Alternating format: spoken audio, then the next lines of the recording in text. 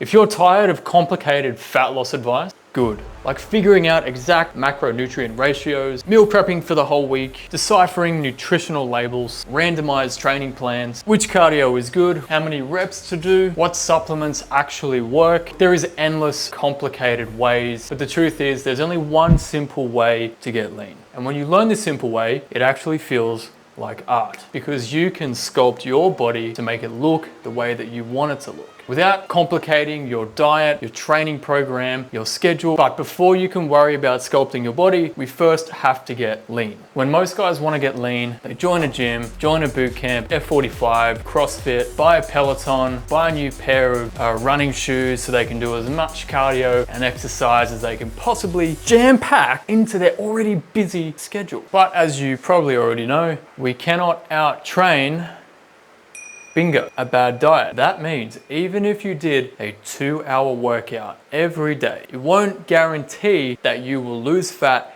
and get lean unless you're also following a simple nutrition plan that puts your body into a fat loss mode. This is also why many people say that abs are made in the kitchen, because the only reason we can't see our abs is because there is body fat covering them. It's not because you don't have abs, and it's not because you don't have an ab swing or some other gimmick doing 1,000 crunches or sit-ups every day. However, a 1-hour jog or even a 1-hour intense workout, you may burn up to 500 calories, but then afterwards you could easily eat a bag of crisps, some coconut yogurt, Weet-Bix, or even dark chocolate, which could easily wipe out all the energy you just burnt in a workout. And another thing that guys do when they want to lose weight fast is they switch every meal to like clean chicken breast, broccoli, salmon, carrots and hummus, bowls of granola, bulletproof coffee instead of the frappuccino. The problem with doing this and switching to healthy meals and swapping everything overnight is that it complicates your diet. This means every time you eat, you have to think, is this a healthy option? Every time you go out, you need to look for healthy restaurants,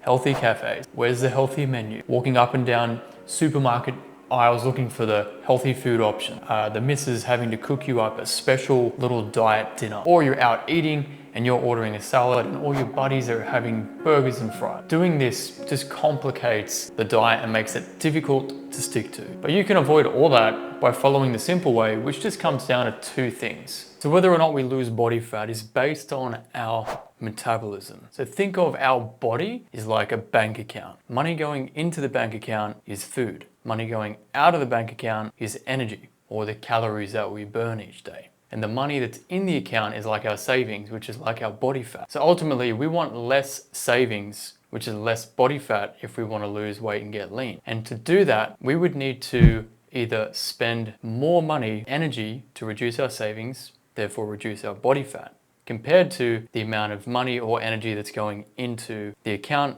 therefore into our body. Taking this approach is more complicated, because then we have to find new ways to spend this extra money or burn this extra energy, like trying to force more exercise into your already busy as fuck schedule, and then praying that you're just going to be good with your diet and eat perfectly well to not blow it up. But what if there was a simpler way? Well, there is. And this works even for the busiest guys that I know who run companies, travel every month, and have a family. For example, if you put $2,500 or calories in, you can try to spend more, say 3,000 calories. But again, that's more complicated because you have to find ways to spend that extra energy. Or you can simply put $500 less into the bank account, 500 calories less into your body. And now this means your body or your bank account has to eat away at your savings to bridge the gap compared to the energy that you're actually burning. And if you keep doing this over time, your savings and your body fat storage will shrink more and more. And look, you can eat super strict and healthy 24/7 if you really want to, but I don't know anyone who does that. And no matter how healthy you eat, healthy food still contains calories as much as unhealthy food does too. The benefit of healthier food is that it is more filling. There's more nutrients, you will feel satisfied for longer, and you can eat more volume because it's typically less calories in some healthier foods compared to, say, unhealthy food, which can have higher calories for smaller portions. Regardless, the simple trick is to put less calories down your gob than what your body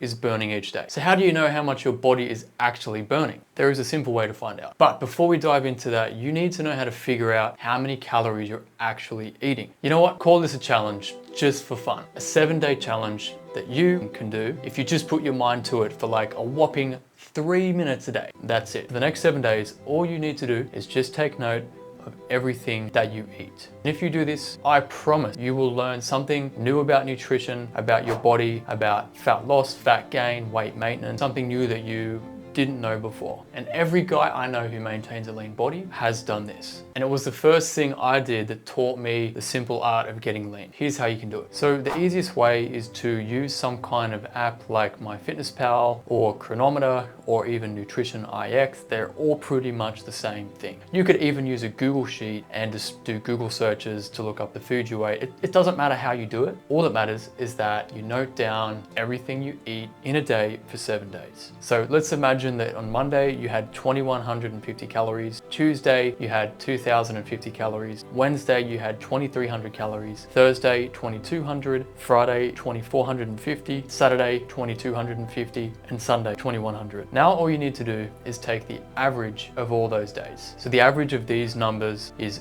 2,214. So now that you know what your weekly average calories are, this leads us to part 2, which is figuring out how many calories you actually burn in a 24-hour period and your weekly average calorie burn. This is like the expenses coming out of your bank account. And if you've ever tried to use an accounting software like Xero, QuickBooks, or TurboTax, you would know that having financial data is crucial to your business or career success. And likewise, having biofeedback data for our body makes getting lean so much easier because it takes away all of the guesswork and exposes if what you're actually doing is working or not working. This is something I took seriously in 2015 when I hired my bodybuilding coach. I started tracking biofeedback data and then all of a sudden everything started making sense. But anyway, all I actually did was wear a fitness tracker like this Oura Ring all day, every day, even wore it to bed, except for times that it was charging. It collects all of your biofeedback data. And here's the cool part. When you wake up in the morning, you will realize that you've already burnt calories when you were asleep. So this is part of our BMR, which stands for basal